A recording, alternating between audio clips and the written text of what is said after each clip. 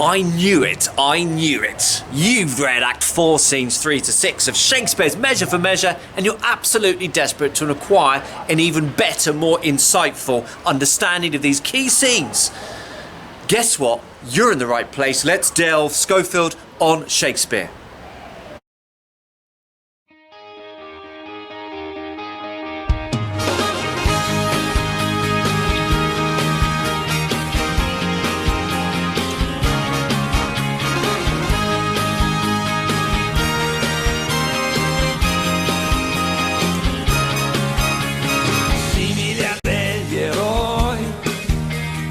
Abbiamo il cuore a strisce, portaci dove vuoi.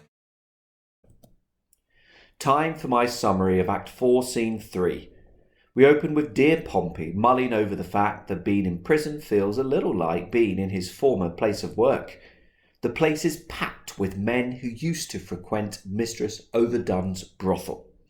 Using allegorical type names, i.e. presumably not real ones, but ones which symbolise key aspects of the young men's characters, he paints a vivid picture of minor, petty wrongdoing and the minutiae of ordinary existence. Next, Abhorsen enters and instructs his new deputy to summon Barnardine to be executed. Barnardine refuses, declaring that he isn't ready to die due to his intoxicated state, and not even the intervention of a duke disguised as a friar can move him. Barnardine's obduracy potentially puts the duke and the provost in a tricky spot.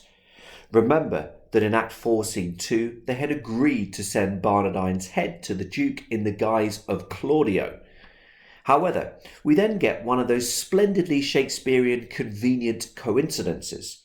The provost announces that Ragozine has died, and even better, his beard and head look very similar to Claudio's.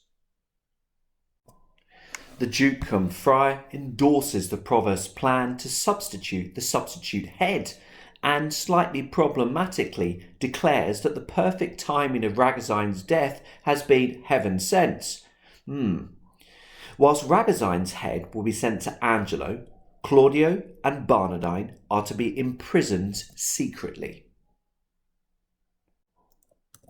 Now for one of the key moments which must frame how we react to the Duke in the play as a whole. Isabella enters, and the Duke brazenly lies. He tells her that Claudio's head has been cut off. How Isabel will react will depend on the production, but expect extraordinary outpourings of grief and fury.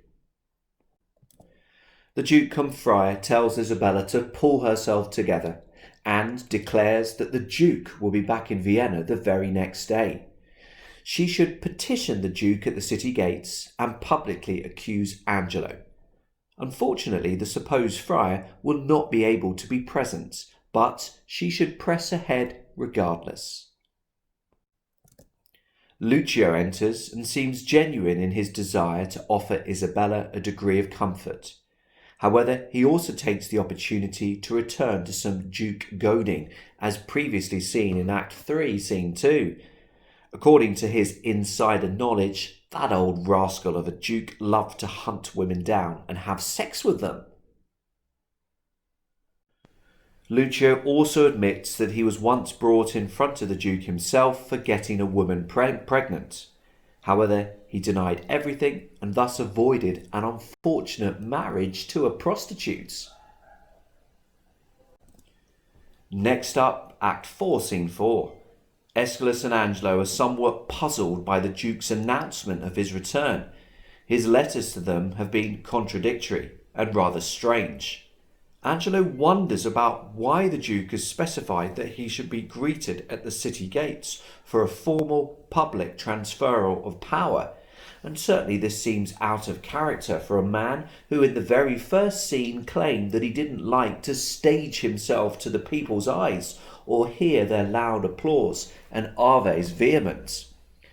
Angelo also wonders why the Duke has decreed that an announcement should be made an hour before his arrival, inviting disgruntled claimants to present their cases. But guiltless Aeschylus feels that the Duke's reasoning may be sound enough. Why not get any petty complaints out of the way before the Duke's rule is resumed? Alone on stage, Angelo reflects on what he has done, or at least what he thinks he has done. He acknowledges his own hypocrisy in deflowering who he thinks is Isabella, yet insisting that fornication should be punished in the severest terms. However, he thinks he will be safe. Why would a deflowered virgin announce the loss of her most precious attribute publicly? And at any rate, he knows he has built up such a formidably austere reputation that no one would believe her. He expresses some regret at Claudio's death, but it would have been dangerous to keep him alive, knowing that he could potentially reveal his secret in future years. Poor Angelo seems confused. Now for Act 4, Scene 5. In this mini 13-line scene, we see the Duke back in his normal attire and dishing out instructions to Friar Peter. His language is somewhat enigmatic, although he claims that the provost knows exactly what he has planned. He clearly does want some kind of audience at the city gates and specifies 4 individual names. Now for Act 4, Scene 6, also a mini scene of just 15 lines. It's the 2 girls, Isabella and Mariana. Isabella reveals her reluctance to accuse Angelo of plundering her virginity when she knows that he hasn't. She wants to tell the truth, but accepts less willingly than Mariana the friar cum duke's instructions to follow a more obscure path. Just what is the friar plotting, wonder Mariana and Isabella? And just what is the Duke plotting, wonder the audience? The scene ends with the trumpets announcing the Duke's arrival. All will be revealed in Act 5, Scene 1. As ever with these videos, here are some questions, some mini essays for you to consider. I would recommend pausing the video in a moment to write some detailed paragraphs of your own, which include copious numbers of quotations, before continuing the video to consider my ideas. So grab your pen, press pause. The video will resume in 5 seconds time.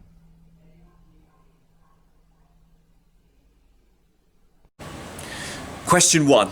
Like so many purveyors of fake news and alternative facts, the Duke may be suspected of finding gratification in the distress or disruption caused by the disinformation that he disseminates. To what extent is there evidence for this view in this scene? What a lovely juicy question with some dazzling alliteration which actually works. Put simply, is he a sicko who gets a kick out of misleading and lying to others? Well, here he confides in the audience that he is about to lie to Isabella. He knows that she is desperate to find out whether her brother has been pardoned following her own complicity in the naughty bed swap plot. However, he's not going to tell her the good news that Claudio is alive. Oh no. Instead, he wants to make her heavenly comforts of despair when it is least expected. What exactly does this mean? Is it a religious battle cry? By being plunged into despair, Isabella will learn the comforting powers of God and heaven, at a time you would hardly expect it, given how devastated and demoralized she is likely to be by the death of her brother. Is this a decent reason? Well, it's a problematic one given the backgrounds of the 2 individuals. Isabella is already in training to be a nun. Why does she need to go through hell in order to learn the comforting powers of heaven? Surely she is already confident in her own faith and beliefs.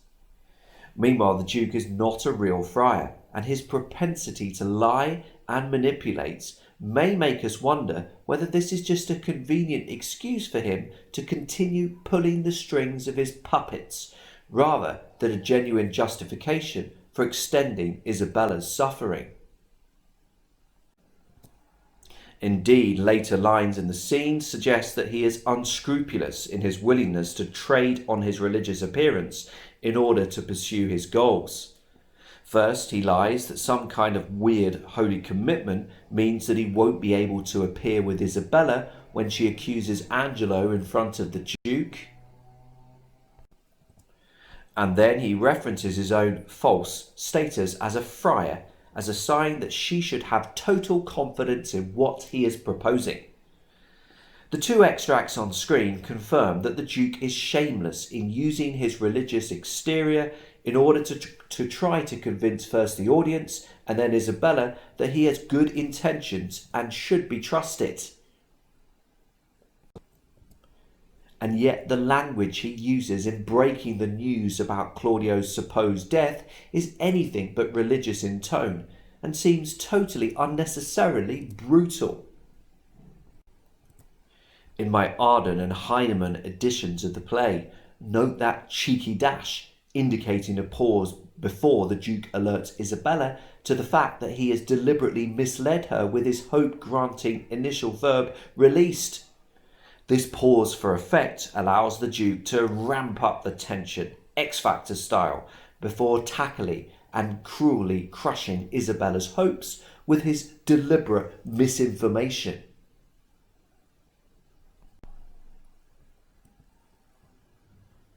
And does he need to be quite so explicit in referring to Claudio's severed head? A comparison with Lucio's initial reaction is enlightening.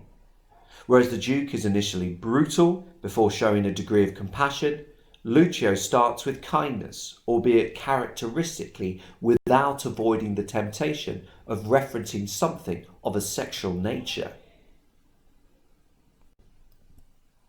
Isabella is beautiful, and he describes his own pain and discomfort at her tears. He implores her to be patient. Hasty professions are unlikely to help her in her current plight. He suggests that, under the circumstances, he would willingly eat just water and bran in order to prevent him being aroused to lustful desires by richer, more interesting foods. The implication is essentially kind and supportive. It is ridiculous that her brother has been killed in this way, and he is entirely on her side. So do we suspect that the Duke may be finding gratification in the distress or disruption caused by the disinformation that he disseminates in Act 4, Scene 3? Frankly, yes. His lying, his use of delayed shock tactics, suggests to me that this is an obsessive man who wants to regain perfect control. In Act 1, Scene 3, he had to admit that he was incompetent as a public leader, but as a disguised man behind the scenes, he has been able to attain control to a perfect extent. In the Globe 2015 production, the subtitles include a comma after Isabella's name, rather than the dash which I have made such a fuss about. The entire utterance is spoken calmly, with the verb release not intending to mislead, but as part of a sad, gentle statement of fact about Claudio's death. The tone is kind, and at least at this point in the production, the audience do not get the impression the Duke is getting any kind of kick from what he is doing to Isabella.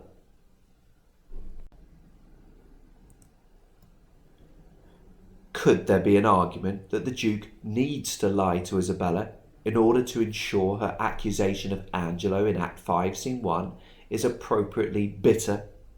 Remember that in this scene the Duke has asked her to maintain the lie that she lost her virginity to this man. Perhaps the Duke feels that Isabella needs this painful stimulus in order to rouse her to the necessary levels of indignation and outrage to unsettle Angelo and break through his calm facade. Hypocrisy needs to be exposed in the most brutal way, and unfortunately this may require some temporary suffering from some of the actors in the spectacle.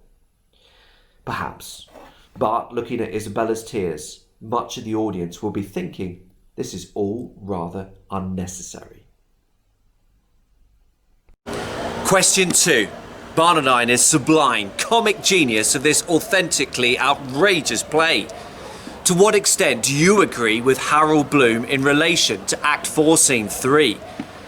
These words come from the opening paragraph of Bloom's chapter on Measure for Measure within Shakespeare's The Invention of the Human.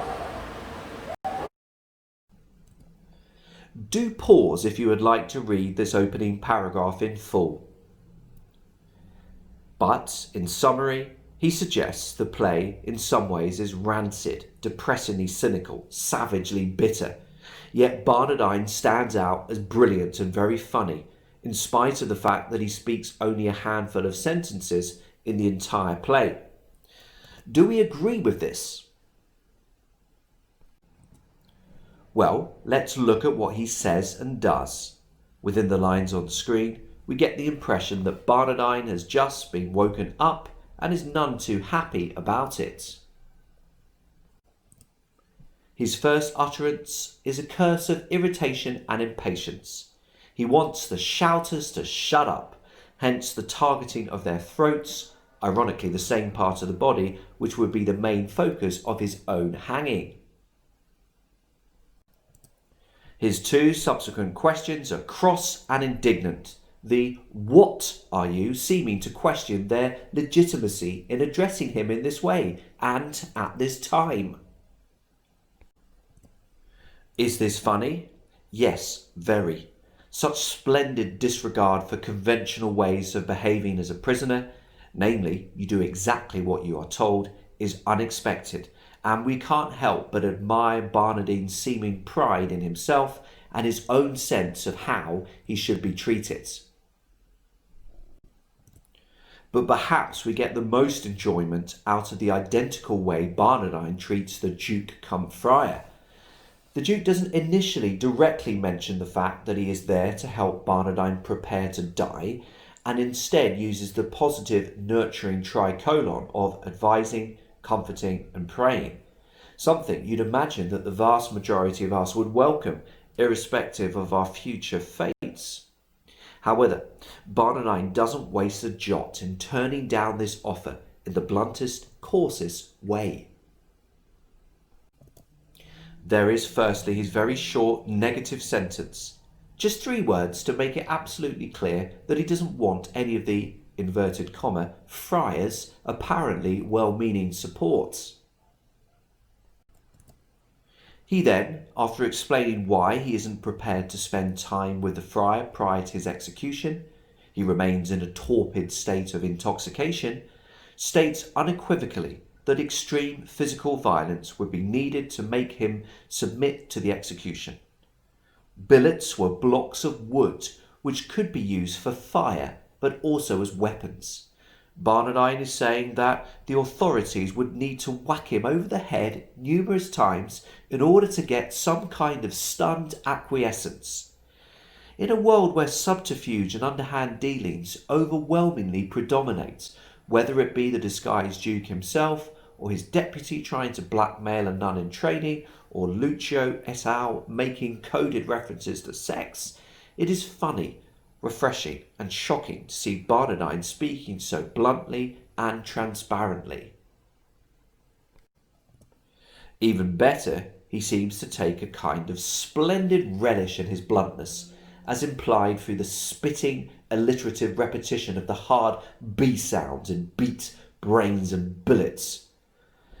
So Barnardine's unusual bluntness delights the audience, particularly perhaps as we know the extent to which the Duke is being underhand and arguably hypocritical.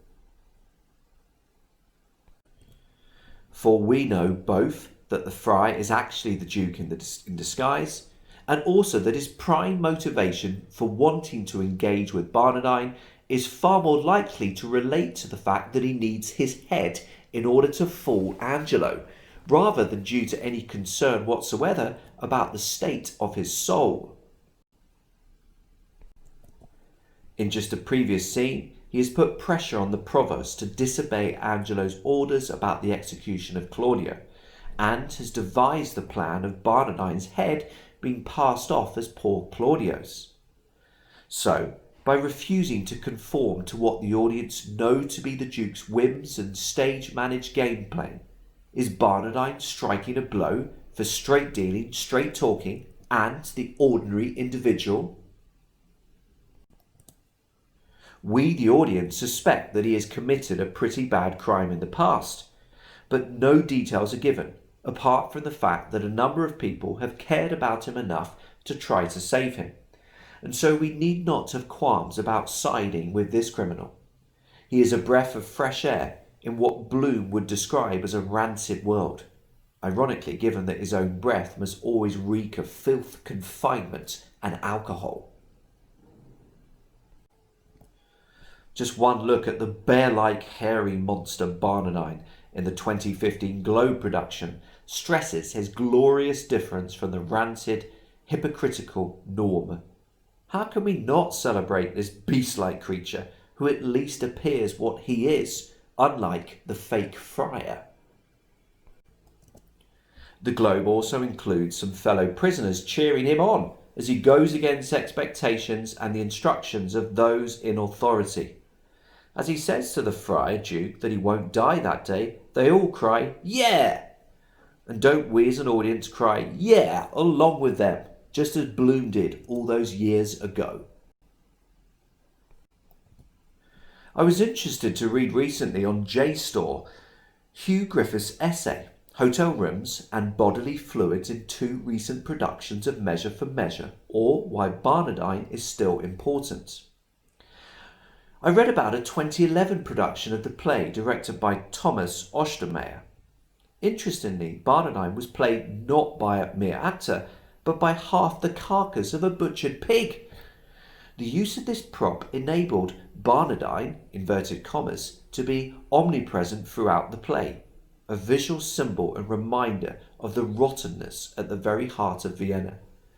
Within this interpretation, therefore, Barnardine is even more important symbolically rather than for anything he says, because of course he doesn't say anything in this production.